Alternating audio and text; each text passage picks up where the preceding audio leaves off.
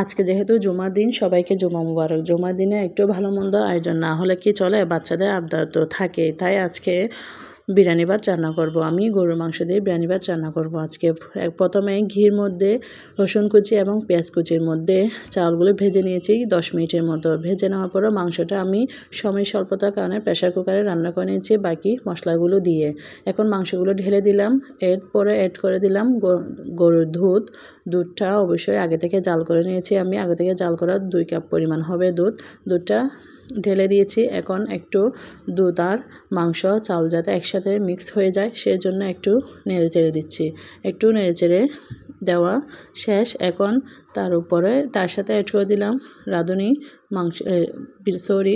বিরিয়ানি মশলাটা। আমি রাঁধুনি ব্র্যান্ডেরটা ইউজ করি। রাঁধুনি বিরিয়ানি মশলাটা দিয়ে আবার একটু নেড়েচেড়ে দিচ্ছি। নেড়েচেড়ে দেওয়া শেষ প্রায় একটু হওয়ার পরে এখন পানিটা একটু আগের কমে গেছে। এখন আপনার ফুটন্ত গরম পানি দিয়ে দিচ্ছি। ফুটন্ত গরম পানিটা আগে থেকে আমি জাল করে রেখেছি। এখন ফুটন্ত গরম পানি দিয়েছি পরিমাণ মতো। আমার বেশি দেওয়া লাগবে না, কারণ আমার চালগুলো আগে থেকে আপনার 15-20 মিনিটের মধ্যে ভিজিয়ে রেখেছিলাম। পোলাও রান্না করতে গেলে এরকম 15-20 মিনিট ভিজিয়ে রাখলে কিন্তু বেশিক্ষণ টাইম লাগে না ভাত হতে। এবার দিয়ে দিলাম স্বাদ মতো লবণটা দিয়ে আবার একটু নেড়েচেড়ে দিচ্ছিলাম।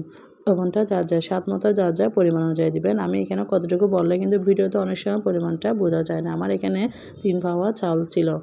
3 পাওয়া পরিমাণে চাল, 1 কেজি পরিমাণে আমি 1 কেজি না, আধা কেজির মতো মাংস নিয়েছিলাম। এবার পানিটা যখন একটু টেনে এসেছে আবার একটু নেড়েচেড়ে দিচ্ছি। উপরেগুলো নিচে করে নেড়েচেড়ে দিচ্ছি।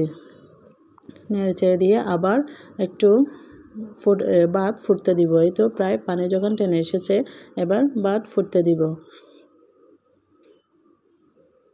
এই তো ঢাকনাটা দিয়ে দিলাম। ঢাকনাটা দিয়ে এবার ঢাকনার যে ছিদ্রটা আছে ওটা একটা কাগজের সাহায্যে আটকিয়ে দিলাম। এই তো এবার ভাত আবার একটু পরে আরেকটু নেড়েচেড়ে দিচ্ছি, যাতে উপরেগুলো একটু চাল চাল ভাব লাগতেছে, এগুলো একটু নিচে করে ভিতরে করে ঢুকাই দিচ্ছিলাম যাতে একটু ফুটে যায়।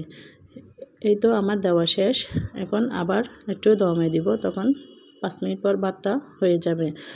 এই তো আমার ভাত হওয়া শেষ। এখন একটা প্লেটে আমি খাওয়ার জন্য সার্ভ করে নিচ্ছি কয়েকটা শসা, গাজর আর মুরগির মাংস দিয়ে। আমার প্লেটটা